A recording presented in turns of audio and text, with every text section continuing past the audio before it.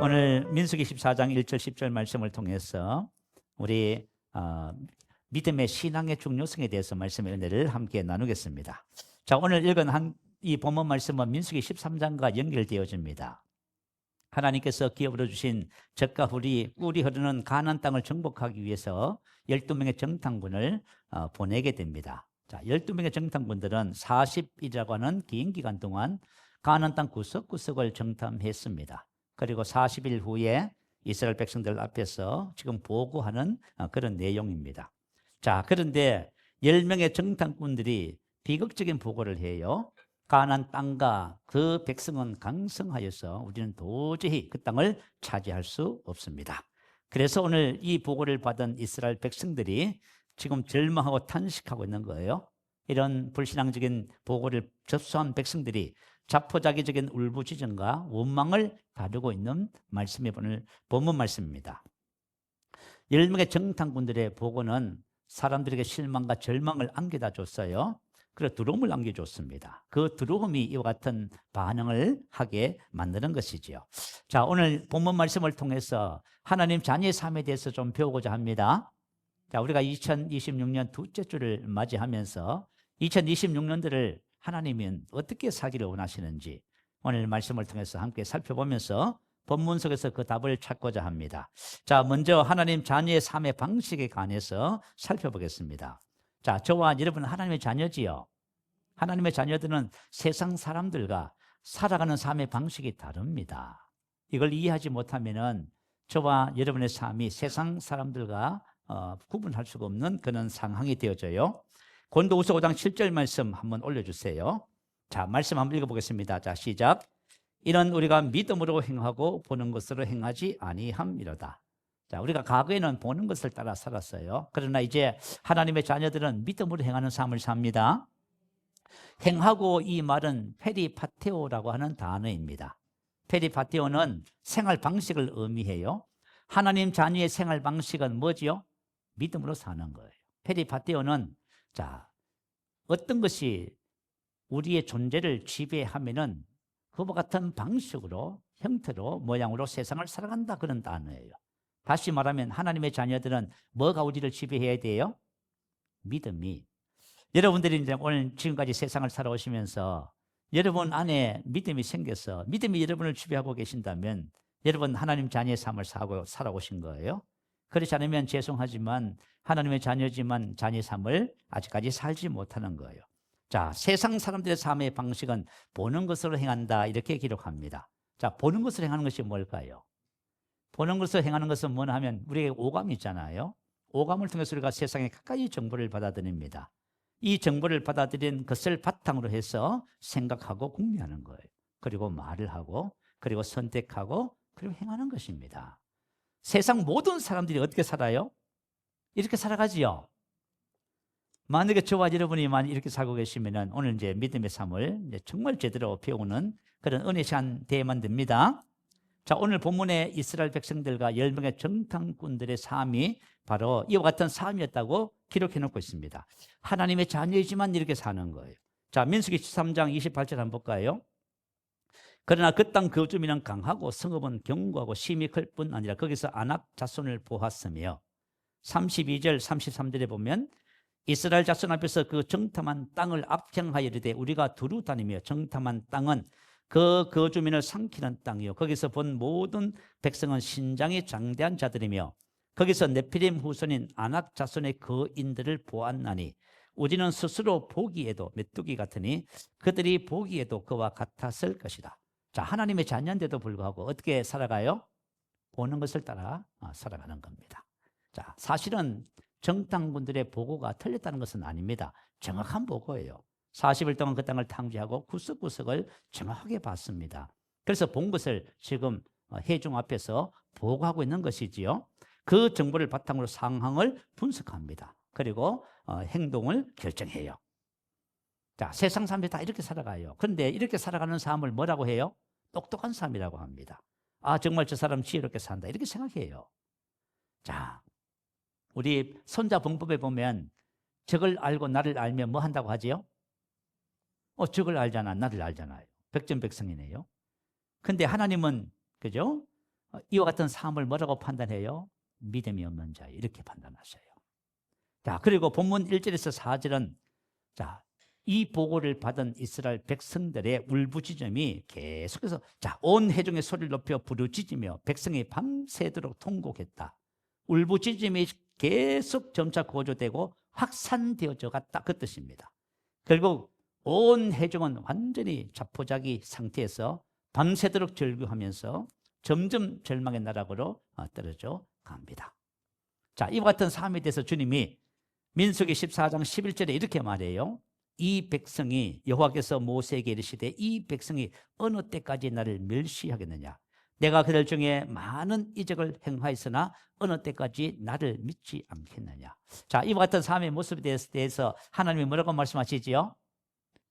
하나님 자신을 나를 멸시한다고 말씀하십니다. 자, 저와 여러분이 만약에 인생을 살면서요, 어떤 문제 앞에 이렇게 절규하고 단식하고 낙심하고 그러잖아요. 그럼 하나님 뭐라고 하세요? 얘 봐라, 얘가 나를 멸시하네. 아멘. 나를 멸시한다고 하나님 보세요. 아시겠죠? 그러면서도 우리는 믿음으로 사는 삶을 배우지 못했기 때문에 우리가 모르고 있는 것입니다. 자, 하나님께서는 우리 인생의 삶에 있어서 원망하고 낙심하고 불평하고 좌절할 때에 하나님 이것을 무슨 문제라고 하지요? 믿음의 문제라고 말씀하십니다. 믿음의 문제라고 말씀하셔요. 그러나 대부분 사람들은 그렇게 생각하지 않아요. 모세와 아론 때문이래. 누구 때문에? 무엇 때문에? 그리고 하나님 때문에 이렇게. 그죠?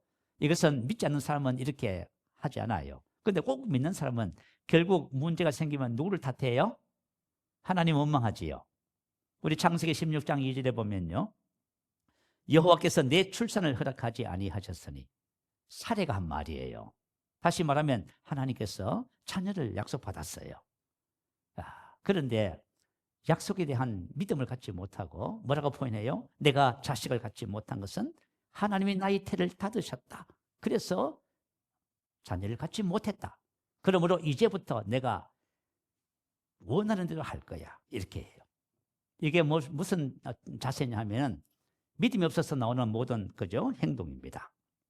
자, 그렇다면 하나님의 자녀의 삶의 방식은 뭘까요? 이는 우리가 믿음으로 행하는 것입니다.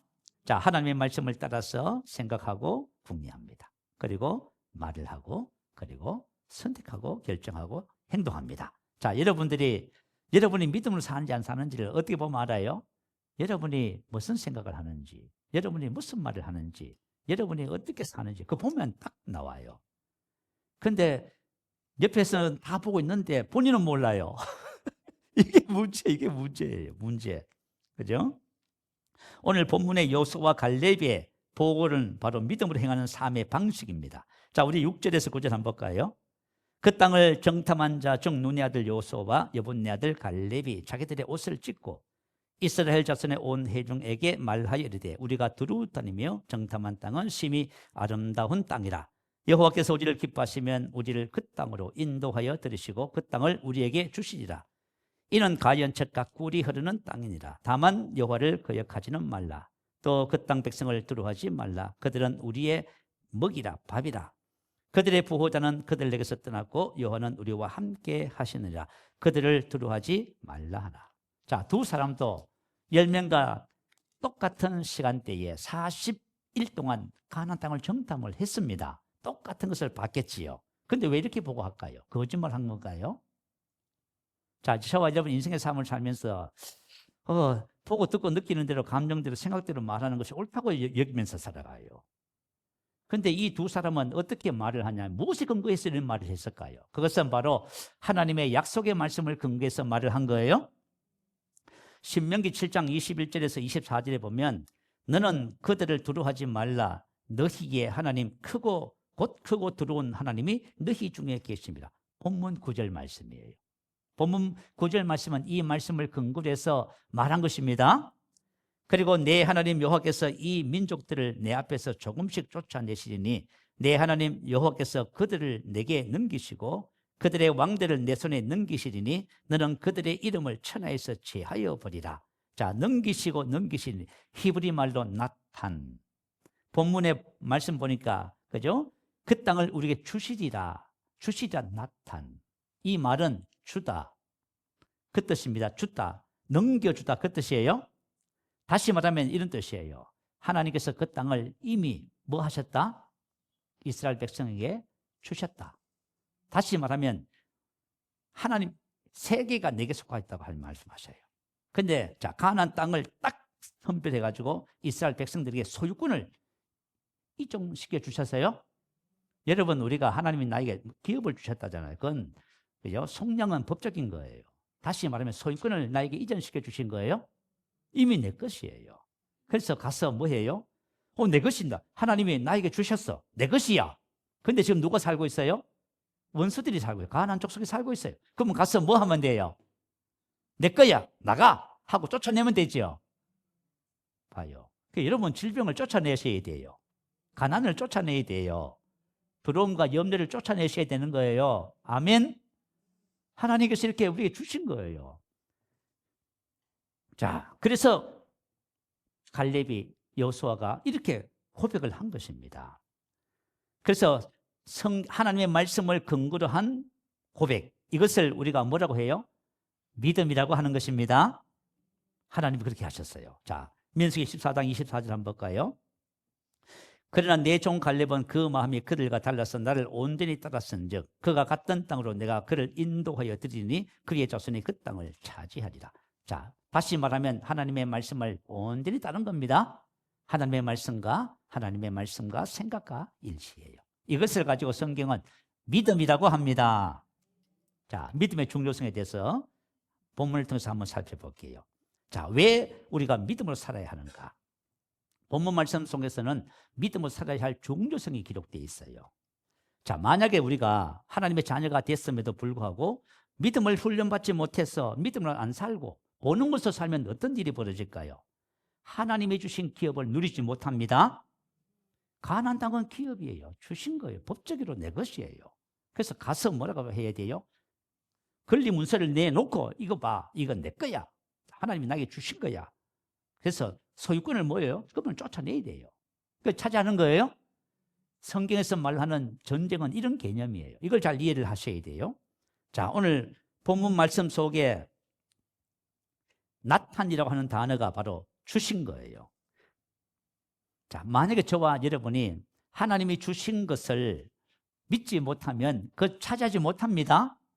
그래서 우리가 자, 21절 23절 한번 볼까요? 민수기 14장. 그러나 진실로 내가 살아있는 것과 여호와의 영광이 온 세계에 충만한 것을 두고 맹세하노니. 자, 하나님은 어떤 분이시냐면 하나님은 살아계셔요. 그리고 여호와의 영광이 온 세상에 충만해요. 세계가 전부 하나님의 소유예요. 내 영광과 애국과 강야에서 행한 내 이적을 보고서도 이같이 10번이나 나를 시험하고 내 목소리를 청종하지 아니한 그 사람들은 내가 그들의 조상들에게 맹세한 땅을 결탄코 보지 못할 것이요 또 나를 멸시하는 사람은 한 사람도 그것을 보지 못하리라. 그래서 저와 여러분 이제 신앙생활을 하면서 하나님이 나에게 분명히 기업을 주셨는데 그 기업을 우리가 누리지 못해요. 여러분, 저와 여러분은 그리스도와 함께 공동 상속자를 하지요. 우리 안에 계신 그리스도에게 속한 모든 것이 저와 여러분 기업으로 이미 주어졌다 그 말이에요. 자, 하나님께서 우리에게 주신 기업은 그죠? 젖과 꿀이 흐르는 가나안 땅이에요. 어마어마한 것이에요. 자, 이미 주신 기업을 우리는 알면 믿으면 여러분 실제로 그것을 누리게 돼 있어요. 여러분, 오늘 여러분 신성한 건강을 회복하시기 바래요. 여러분이 아브라함의 복을 회복하시기 바랍니다. 신앙생활은 이미 주신 것을 알아가는 것인데 우리 오늘 오후 시간이 되면 새가족반 교재로 말씀을 훈련할 거예요. 그것이 무슨 내용이냐면 그죠? 나는 누구이고 무엇을 가지고 있는가? 하나님이 나에게 주신 기업이 무엇이지? 그러면 내가 이 기업을 차지하기 위해서 내가 어떻게 해야 되지? 그거 훈련하는 거예요. 기본적인 거예요. 여러분들 기본적인 이 훈련에 참석하셔서 꼭 기업을 알아가시는 축복이 있게 되시기 바라요. 자, 두 번째는 저와 여러분이 만약에 보는 것으로 살면은 고생을 뭘요? 고생을 엄청 합니다. 고생을 많이 하게 돼 있어요. 믿음을 살지 못하면 인생을 방황하게 되고요. 낭비하게 되는 거예요. 첫 번째예요. 우리는 누구나 다 짧은 인생을 사는 거예요. 한정된 삶을 사는 거예요. 그래서 우리 인생에 시간이 무한정 주어지지 않아요. 우리 학생 때 금방 지나가요. 청년의 때 금방 지나가요. 그렇지요? 제가 벌써 하면 원래 65입니다. 봐요. 좋은 시대 다 지났네. 아이고, 이제, 그죠? 이제 법적으로 이제 원래 노인됩니다. 봐요. 시간이 기다려주지도 않아요. 시간이 훌떡훌떡 지나가는 거예요. 그런데 우리가 인생을 방황하고 낭비하는 거예요. 자, 성경은 시간에 대해서 뭐라고 하냐면 세월을 아끼라 말씀하시죠. 이거 명령적이에요. 하나님의 은혜에 이르지 못하는 자가 없게 하라. 이렇게 말씀하고 있습니다. 하나님의 은혜가 지금 다 주어졌는데 이거 예수를 믿고 나서 죽을 때까지 이 은혜가 뭔지도 모르고 살아가는 거예요, 지금. 그래서 은혜에 이르지 못하는 자가 없게 하라는 거예요. 세월을 아끼라고 말씀하시는 거예요. 시편 78편에 보면 역사적 시편이라고 해요. 역사적 시편 첫 번째 시편입니다.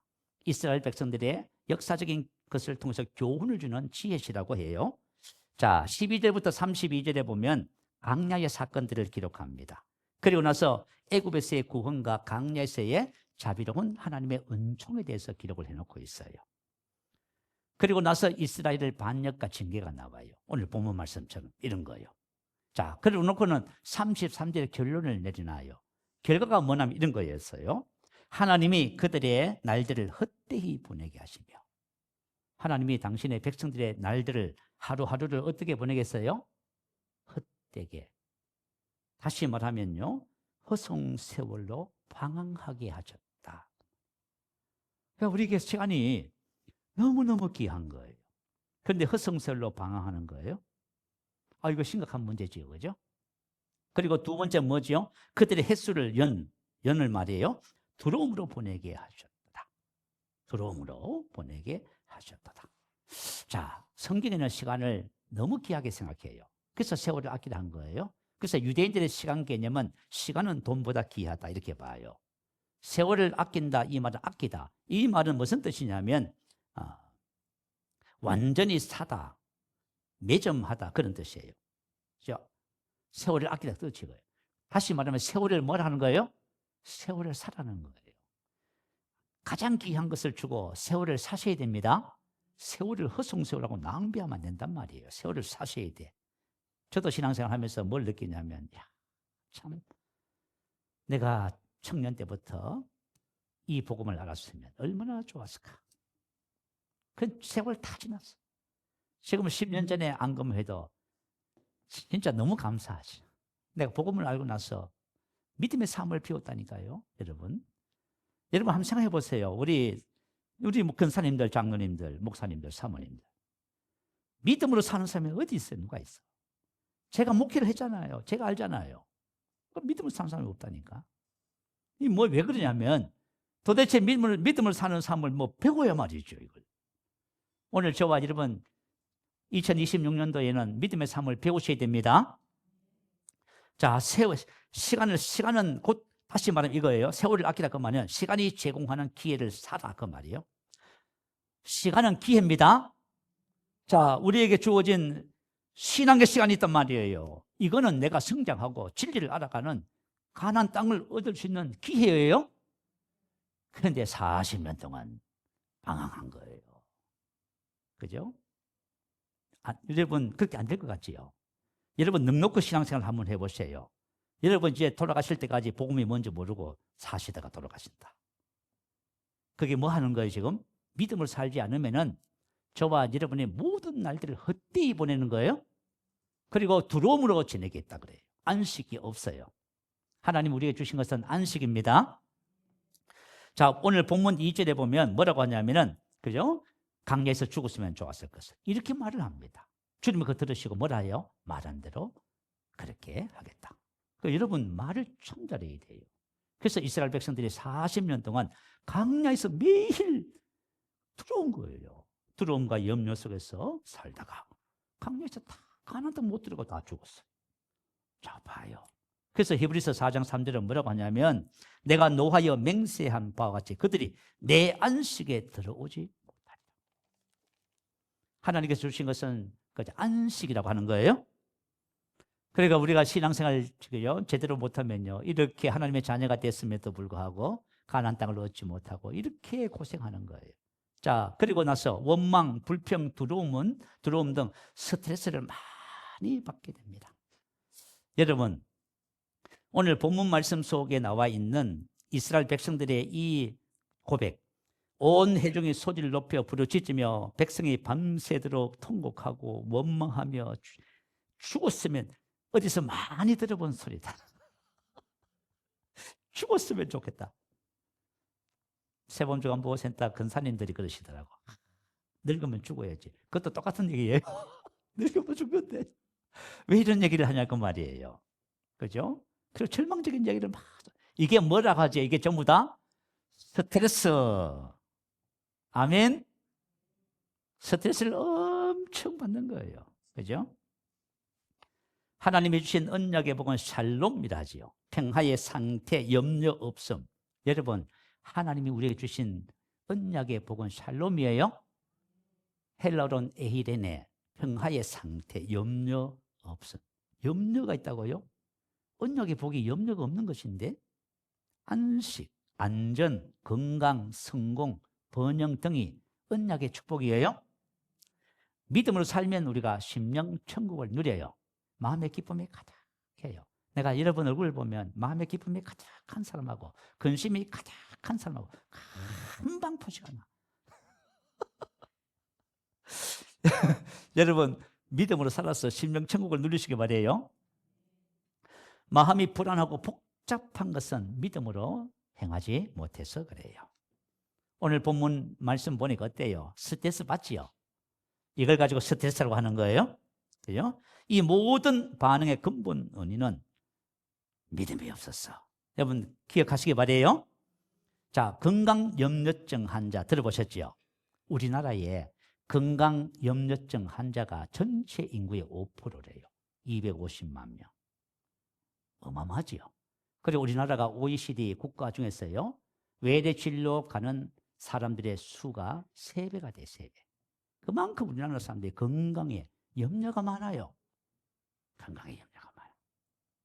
제가 자료에 보니까요, 2021년도, 2025년도 자료는 없더라고요. 2021년도 외래 이용 횟수 365회가 넘는 사람은 2,550명.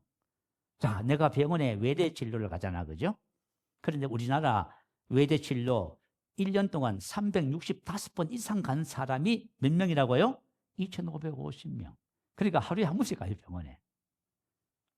자, 두 번째, 외래 이용 횟수가 500회가 넘는 사람은 529명. 외래 이용 횟수가 1000회가 넘는 사람 17명. 1년 동안 병원 외래 진료 1000번을 가면은 도대체 이거 어떡하죠? 어떻게 해요, 이걸? 그죠? 자, 쳐봐, 여러분. 근데 오늘 말씀 받으면서 표정 심각하게 하지 마세요. 심각하게 하지 마시고 부드럽게 보세요. 자, 욥기서를 잘 아시죠? 주인공은 욥입니다. 하나님이 인정하는 사람이에요. 순전하다. 착실하고 도덕적으로 흠이 없어요. 정직하다. 하나님을 경외한다. 근데 이 사람이 동방 모든 사람 중에 가장 가쁩니다. 여러 아들들 두고 딸 셋을 뒀습니다. 그런데 욥의 마음에 두려움과 불안이 있어요. 욥기서 3장 25절 26절 내가 두려워하는 그것이 내게 임하고 내가 무서워하는 그것이 내 몸에 미쳤구나. 나에게는 평온도 없고 다만 불안만이 있구나. 욥이 그렇게 인정을 받고 그렇게 많은 재산과 모든 것을 다 가지고 있는데 두려움 속에서 뭘 했다고요? 불안했다. 그걸 가지고 뭐라고 표현해요? 스트레스가 엄청 많았다. 욥하고 얘기는 안 해봤어요. 그런데 욥이 써놓은 글을 보니까 이분 이거 참 스트레스 엄청 받았네. 나는 스트레스 그렇게 안 받는데 이런 생각을 해봤어요. 내가 두려워하는 그것이 내게 임하고 뭘 두려워했어요? 그것이 임했잖아요. 산업, 재산 이거 어떻게 망하는 건 아닌가? 그리고 자녀들, 자식들 뭔가 잘못되는 것이 아닌가. 그리고 자신의 건강. 봐요, 이거 봐요. 우리 괜히 말이죠. 가만히 앉아서 이거 하고 있는 거예요? 그 스트레스 엄청 받는 거지요. 자, 그러면은 욥이 자녀들이 생일 잔치가 되면은 마탱에 집에 모여서 그죠? 잔치를 했답니다. 그러면 욥이 그 다음날 찾아가서 자녀 10명에게 성결하게 하기 위해서 한 명당 하나씩 전부 번제를 드렸대요. 혹시 자녀들이 잔치를 하면서 주께 범죄하지 아니했을까? 그러면 왜 그랬을까요?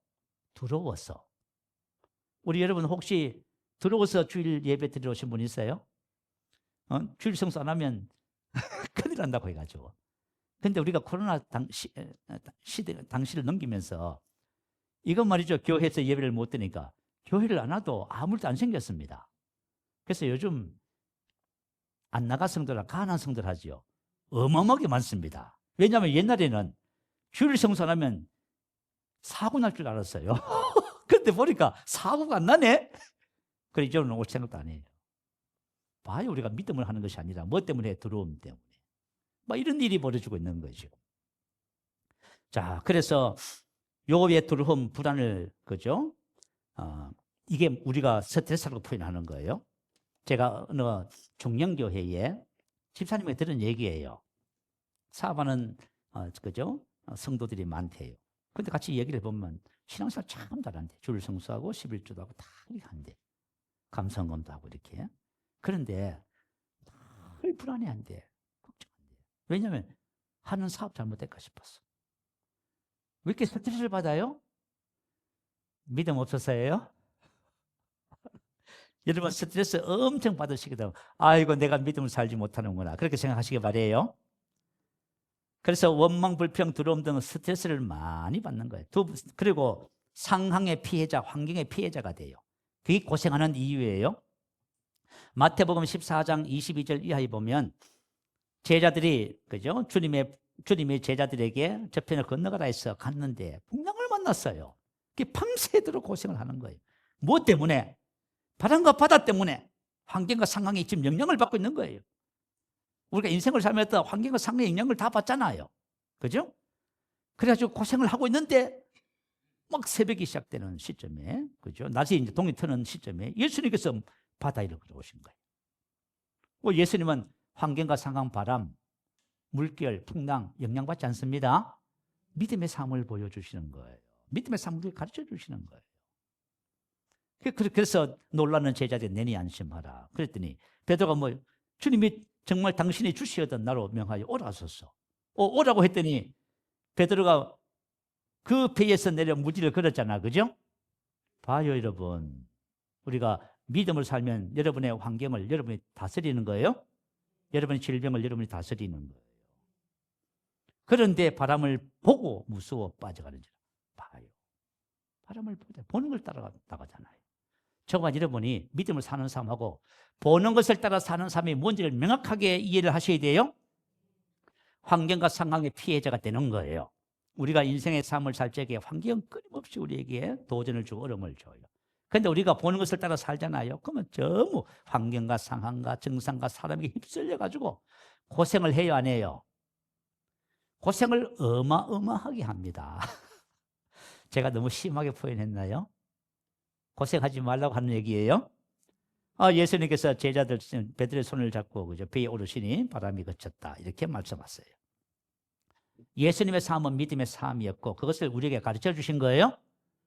여러분, 예수님은 믿음의 삶을 우리에게 보여주시고 가르쳐 주신 거예요. 그죠? 환경과 상황을 지배하셨어요. 그러나 제자들은 믿음을 배우기 전이었기 때문에 아직 그것을 못하고 있었습니다. 그래서 고생을 많이 했어요. 자, 우리 코로나 당시 때에 이 코로나는 신종 코로나 바이러스 감염증이라고 합니다. 자, 그때 고생들 좀 하셨지요? 그죠? 주사 맞았더니 막 증상이 막 이상해서 고생도 하시고 코로나 걸려서 고생하시고 어떤 분은 세상을 떠나게 돌아가시기도 했어요. 그런데 어느 날 제가 기도하는데 하나님 뭐라 하는지 아세요? 저희가 하나님 이렇게 말했어요. 영생을 가진 자는 그런 것에 영향받지 않는단다. 그러시더라고. 여러분, 우리 안에 있는 생명이 있지요. 생명은 능력이에요. 생명은 그런 것에 영향받지 않습니다. 그러시더라고. 자, 우리 지금 나누고 있는 이 복음의 선구자가 되시는 분이 잔지 레이크라고 하는 목사님이에요. 이분이 받은 계시를 따라서 이 복음을 우리에게 전해준 거예요. 근데 이분이 어떤 삶을 살았냐? 믿음의 삶을 살았어요. 자, 여러분 패스트 흑사병 하죠. 역병이라는 말 들어보셨지요? 중세시대 때 1348년부터 1350년 3년 동안 이 패스트가 창궐해서 유럽 인구 30에서 50%가 병으로 세상을 떠났어요. 무서운 병이에요. 이분이 남아프리카에서 사역할 적에요. 그 지역에 흑사병이 돌았어요. 그러니까 말이죠. 이거 흑사병이 도니까 지금 사람들이 죽어가는데 아무도 돌볼 사람이 없어요. 그래서 목사님이 아무 보호장비 없이 그죠? 환자들을 돌보고 시신을 수습하고 이런 일을 하고 있었습니다. 남아프리카 공화국이 당시에는 영국에 그죠? 지배를 받고 있었어요. 그래서 이제 본국에서 의료팀이 온 거예요. 그런데 보니까 목사님 한 분이 그죠? 그렇게 일을 하고 있는 거예요. 그래서 의료팀이 말했어요. 목사님 그러시면 간염돼서 목사님이 죽습니다. 그래서 그 목사님이 뭐라고 하냐면 이분의 책에 기록되어 있는 거예요. 이분이 뭐라고 하냐면 그렇습니까? 그렇다면 이 흑사병 병원군을 제 손바닥 위에 올려서 제가 간염이 되는지 아니면 병군이 죽는지 한번 테스트 한번 해보지요. 그렇게 하기로 했습니다. 그래서 죽은 사람의 시신에서 넣은 병원군을 손에다 올려놓고요. 현명에 딱 관찰을 해봤더니 어떤 일이 벌어졌어요? 패스트 균이 죽어버렸습니다. 그때 목사님이 뭐라고 했는지 아세요? 나는 날마다 영생을 묵상합니다. 여러분 하나님이 주신 생명과 경건에 속한 모든 것이 세상의 바이러스보다 못하다고요?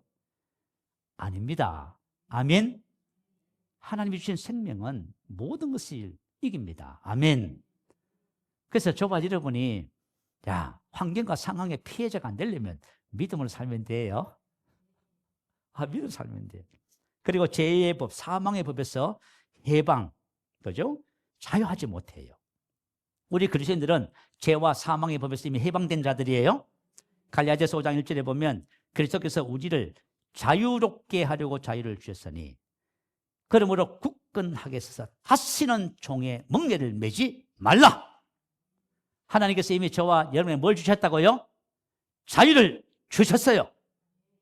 다시는 종의 멍에, 죄의 멍에, 가난과 질병의 멍에, 문제의 멍에를 매지 말라는 것입니다.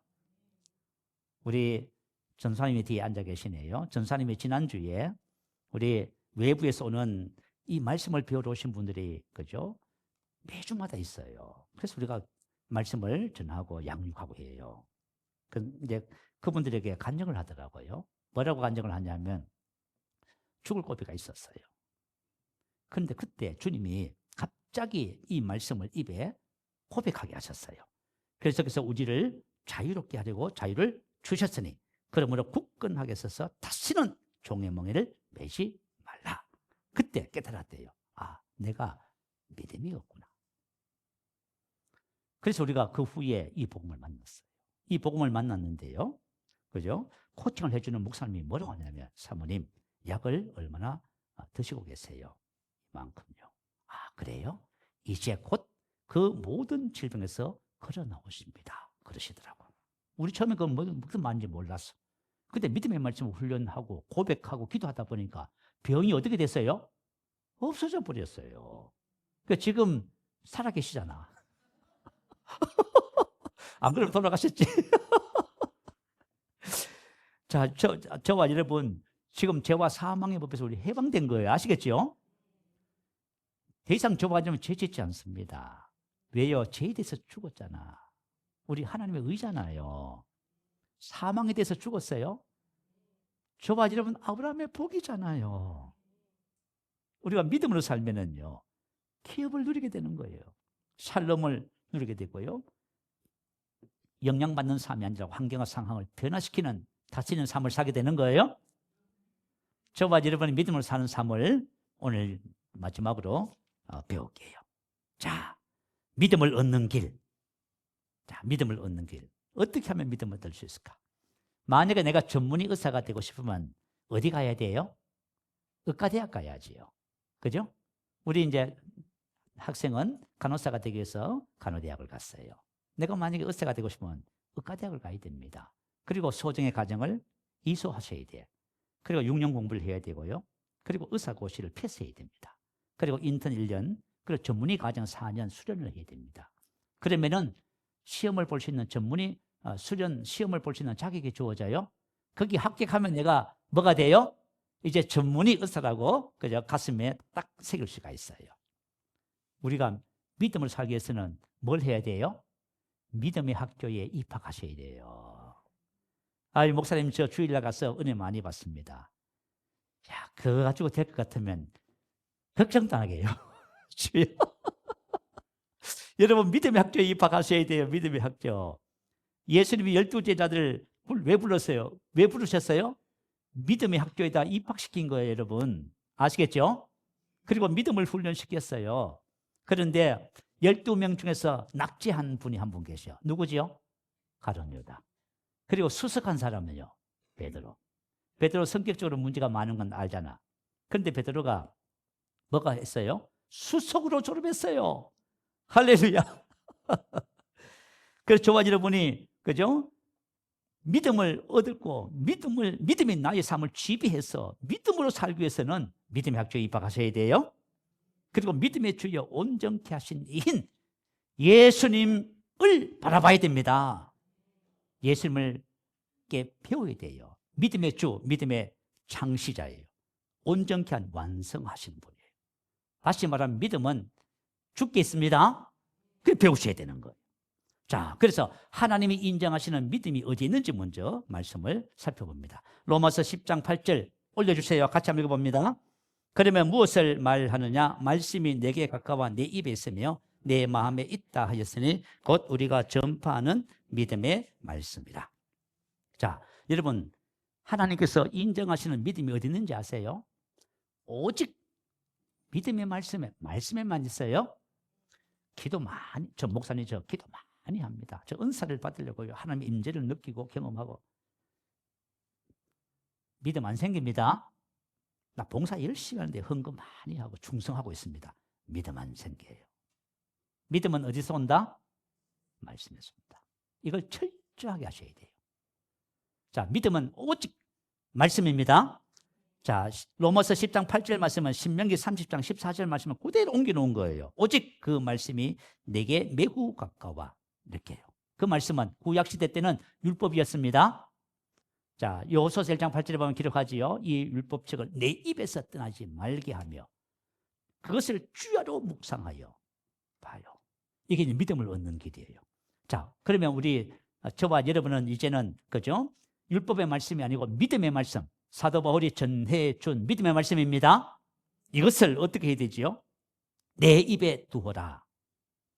다시 말하면 저와 여러분이 오늘 우리 교회 예배드리기 전에 고백 훈련하지요. 그거 지금 훈련한 것이 아시겠죠? 말씀을 어디다 두라고요? 입에다 두는 거예요. 말씀을 입에다 두고 그것을 묵상하는 거예요. 자, 그러면 어떤 일이 벌어져요? 하나님의 말씀을 내 입에다 두면 마음에 두고, 입에다 두면 머리에 기록되지 않고 마음으로 내려오는 거예요. 아시겠죠? 그래서 고백하라고, 묵상하라고 하시는 거예요. 로마서 10장 10절 올려주세요. 자, 같이 읽어봅니다. 시작. 사람이 마음으로 믿어 의에 이르고 입으로 시인하여 구원에 이르느니라. 자, 마음으로 믿어지는 거예요. 믿어는 수동태예요. 다시 말하면 우리가 하나님의 말씀을 내 입에 두면은 내 마음에서 믿어지는 거예요. 수동태. 자, 능동태는 내가 믿는 거예요. 말씀을 입에 두었더니 내가 믿었습니다. 그게 아니에요. 말씀을 내 입에 두었더니 마음으로 믿어졌습니다. 신기하지요?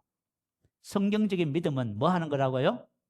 여러분 마음에서 믿어지는 거예요. 아멘? 왜 믿어지냐면 우리 안에 믿음을 발생시키는 성령님이 계시거든요.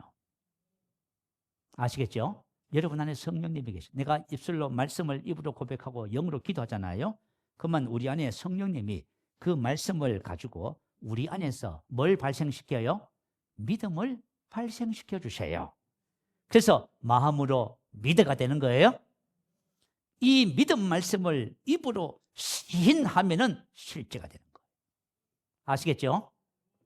우리가 말씀을 막 말로 입으로 막 전부 말한다고 다 되는 게 아니에요. 마음으로 믿어가 우선이고 그 다음에 입으로 신하는 거예요. 그래서 고린도후서 4장 13절 말씀이 뭐냐 하면 한번 올려주세요. 요 말씀 마지막 말씀입니다. 자, 같이 한번 읽어볼까요? 기록된 바 내가 믿었으므로 말하였다 한 것 같이 우리가 같은 믿음의 마음을 가졌으니 우리도 믿었으므로 또한 말하라. 자, 오늘 본문 말씀 한번 보세요. 12명의 정탐꾼이 똑같은 것을 보고 왔네. 지금 상황이 좀 심각해졌습니다. 10명의 정탐꾼이 그죠? 본대로 복을 했습니다. 그 복을 받은 이스라엘 백성들이 절망에 빠졌습니다. 그런데 여호수아와 갈렙 두 사람이 일어나가지고 뭐라고 해요? 야, 말씀대로 말하네.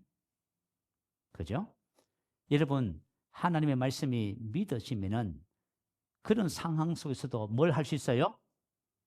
말할 수 있어요? 자, 여러분, 만약에 내가 몸이 안 좋아서 병원에 갔더니 그죠? 암 말기라고 해요. 한 달밖에 못 산다고 합니다. 근데 나는 뭘 믿어요? 채식에 맞아 나음을 입었는데? 그럼 내가 뭘 말할 수 있어요? 저 치유받았는데요? 그 나를 보고 사람들이 뭐라고 하지요? 드디어 선고를 받고 돌았구나. 근데 그렇게 얘기하는 거예요. 세상은 그렇게. 근데 안 믿어지면은 말 못해요, 그렇게. 무슨 말인지 알겠지요? 우리 믿음의 역사예요. 그런데 참 신기한 것은 뭐냐면 기록된 바 내가 믿었으므로 말하였다는 것이. 이건 구약에 이렇게 기록되어 있어요. 우리가 같은 믿음의 마음을 가졌으니 마음은 그죠? 푸시케가 아니고 푸뉴마, 영이에요. 자, 우리가 같은 믿음의 영을 가졌다 그 말이에요. 유대인들은 신약 성경을 번역할 적에 이 말씀을 어떻게 번역했냐면 우리는 우리가 믿도록 하시는 동일한 성령을 가졌으므로 우리가 믿었으므로 또한 말하노라. 아멘. 믿음을 발생시키는 성령님을 다 모시고 있어요. 여러분이 입술에 말씀을 두잖아요. 그리고 영으로 기도하잖아요. 그럼 반드시 여러분 속에 믿음이 생길 거예요. 아멘. 그래서 믿음을 얻게 되는 거예요. 믿음을 가져야 믿음을 사는 거예요. 자, 우리 화요일날 말씀 훈련하는 서울 권사님 한 분이 지난주 간증을 하더라고요. 이분이 이제 이 복음을 접한 지 한 1년 반 우리를 통해서 소개를 받고 그랬어요. 지금도 훈련을 받고 계셔요. 그래서 이제 훈련을 시킬 적에 그죠? 고백하는 것, 영으로 기도하는 것 이거 철저하게 시켜요. 왜냐하면 여러분 은혜 아무리 받아도 고백하고 기도 안 하면 어떻게 돼요? 믿음 안 생겨요. 아시겠죠? 여러분 다 알죠? 근데 아무것도 안 돼. 염려 근심이 회복이 되나 스트레스가 정복이 되나 아무것도 안 되는 거야. 이거 왜 그러냐면은 여러분 속에 믿음이 없는 거예요 지금. 아멘? 여러분 믿음의 문제, 믿음의 문제. 그래가지고 제가 그죠 이분들에게 믿음을 가르치면서요 저의 간증을 자꾸 나누어요. 제가 이렇게 해서 믿음을 얻게 되어졌고 제가 참 간증을 해요. 그랬더니 이분이 뭐라고 하냐면 목사님이 가르쳐준 대로 자기가 하루에 3시간씩을 고백하고 기도해요. 그런데 최근에 들어서 그죠?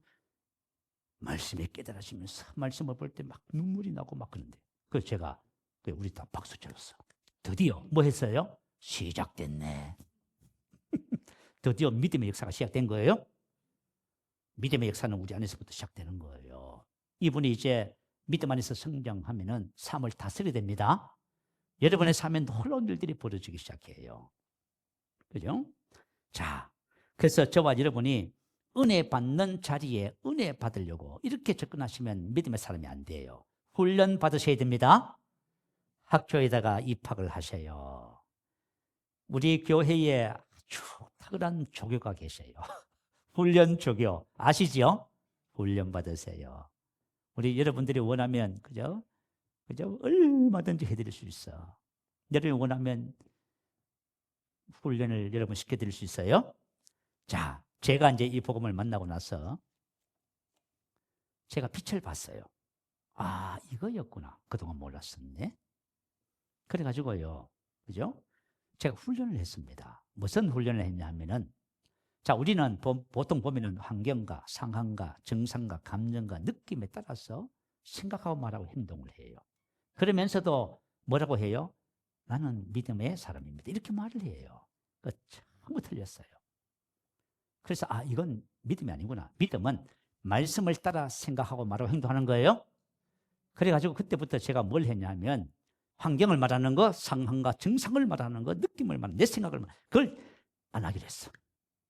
이게 끝을 내겠다. 자, 그래서 저희 집 사람이 같이 살지만 제가 그 어떤 육신적인 아픔의 증상이 있어도 저희 집 사람은 절대 모릅니다. 왜 모르는지 아세요? 말을 안 하고 포기를 안 해요. 뭐 어쩔 수 없어. 제가 믿음의 훈련을 하기로 결단했으니까 그 말 안 해요. 왜 쓸데없이 말을 해서 내가 내 스스로, 그죠? 믿음 없다는 소리를 들어요. 그럼 무슨 말을 하느냐? 말씀을 따라 말하는 훈련을 했어요. 처음에는요, 막 고백하고 막 기도하니까요, 막 뭔가 되는 것 같아요. 그런데 눈 뜨면 또 안 돼. 왜냐하면 이게 환경과 상황은 도전인 거예요. 그죠? 환경과 상황과 증상은 도전이잖아요. 그런데 내가 말씀을 고백해서 말씀이 의식화 되면서 이것이 감정을 지배해야 되고 환경과 상황, 증상을 지배해야 되는 거예요. 내 생각을 지배해야 되는 거예요. 그래서 내가 무슨 생각했냐면, 그래, 내가 말씀이 의식화 되는 거 될 때까지 하겠라. 내가 만약에 이 말씀을 내가 고백하는데 이거 안 되면 내가 10년도 하겠다. 몇 년 해요? 한번 생각해 봐요. 내가 만약 한 예를 들면 주님께서 채찍에 맞으면 나음을 입었잖아. 그죠? 이 말씀을 내가 고백해서 내 안에 말씀이 장착되어서 그게 믿어지면 모든 질병에서 해방돼요. 그러면 한번 생각해 봐. 내가 고백하기 시작했어. 1년 안 되네. 2년 안 되네. 3년 안 되네. 5년 안 되네. 그러면 언제까지 해야 돼요? 될 때까지. 그럼 내가 10년도 하겠다. 내가 10년을 했더니 되었어요. 여러분 한번 생각해 봐. 10년 했더니 됐단 말이에요. 그러면 그때부터 뭐예요? 질병에서 자유하잖아. 그러면 안 된다. 지금 당장 안 된다고 해가지고 하다가 말고 2025년도에 결단했다가 3일 만에 끝내버리고 2026년도 자 시작합시다. 우리 믿음을 사십시다. 일주일 만에 끝냈다 쳐요. 그러면 어떻게 되겠어요, 여러분? 여러분이 되든지 안 되든지 상관없어요. 하나님의 말씀은 진리예요. 말씀을 가지고 여러분 심령에 장착시키세요. 이 훈련 받으세요. 그러면 여러분 믿음을 얻게 됩니다. 그 믿음이 저와 여러분을 자유롭게 할 겁니다. 탁월하게 할 겁니다. 여러분이 이 땅에 믿음을 통해서 생명의 말씀을 사람들에게 증거하는 삶을 살게 될 줄 믿습니다.